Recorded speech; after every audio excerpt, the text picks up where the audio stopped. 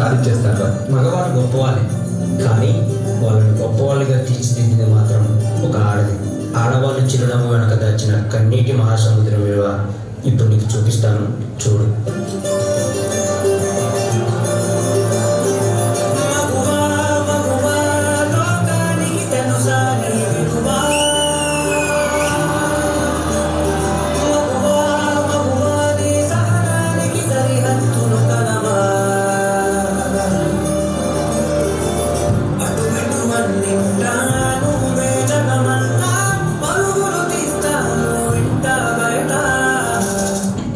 ఇట్రండి, కడుపులో బాబు చూడండి ఎలా తండుతున్నాడు.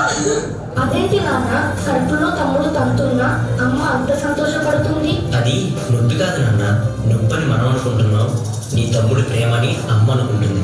ఒక్క క్షణం ఆడది మీ కళ్ళ ముందు కనిపించకపోతే అమ్మా ఆకలైతుంది. అబ్బా ఇప్పుడు ఈ బట్టలంతా ఉతికి ఇల్లంతా సదరాలా?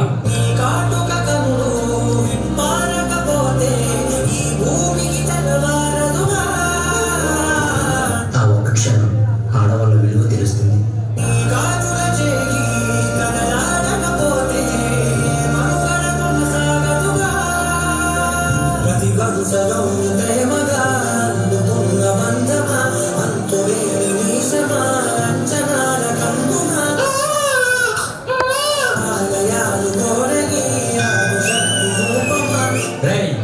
ఈసారి కూడా పనికి మాలింది ఆడబిడ్డనే కంటే నా వంశం ఇక్కడతోనే ఆగిపోతుంది. ఈసారి మగబిడ్డను కనకపోతే నువ్వు వేరే పెళ్లి చేసుకుని నా వంశాన్ని నిలబెట్టాలి, అర్థమవుతుందా? మావయ్య మీ ఇంటికి వారసు.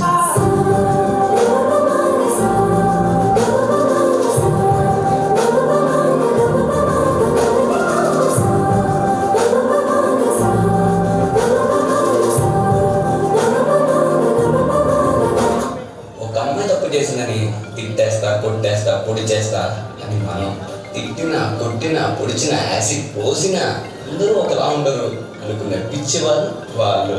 అరే మన భార్యని ప్రేమగా చూసుకుంటాం, మన అమ్మని గుండెల్లో పెట్టి చూసుకుంటాం. అలాంటిది మన భూమికే అన్నమైన జన్మ ఆడ జన్మ. ఇంకా వాళ్ళందరినీ ఇంకెంత మర్యాదగా చూసుకోవాలి.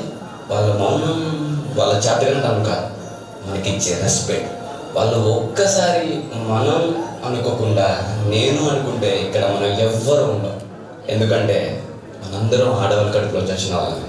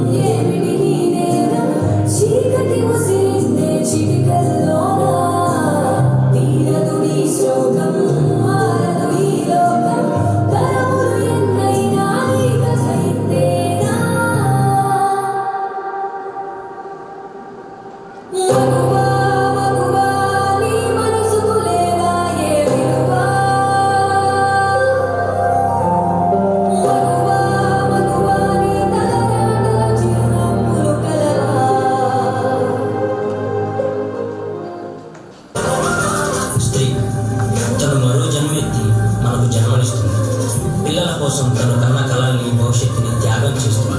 ప్రతి మగాడి విజయం వెనుక ఒక ఆడది ఉంటుంది అంటారు. వెనకలేదు. వెనకబడి ఉన్నాం. మనం కింద పడితే అమ్మా అంటాం. అలాంటి స్త్రీని పడేస్తూనే ఉన్నాం, అగాధాల్లోకి పడేస్తూనే ఉన్నాం. ప్రపంచం ఎన్ని సంఖ్యలు వేసినా తన ప్రపంచంలో తాను స్వేచ్ఛగా ఎగిరే పక్షే స్త్రీ. దయచేసి పంజరంలో బంధించకండి. అవును, మగవాళ్ళు గొప్పవాళ్ళే, కానీ స్త్రీని గౌరవించడంలోనే ఆ గొప్పతనం ఉంటుంది. Please respect women.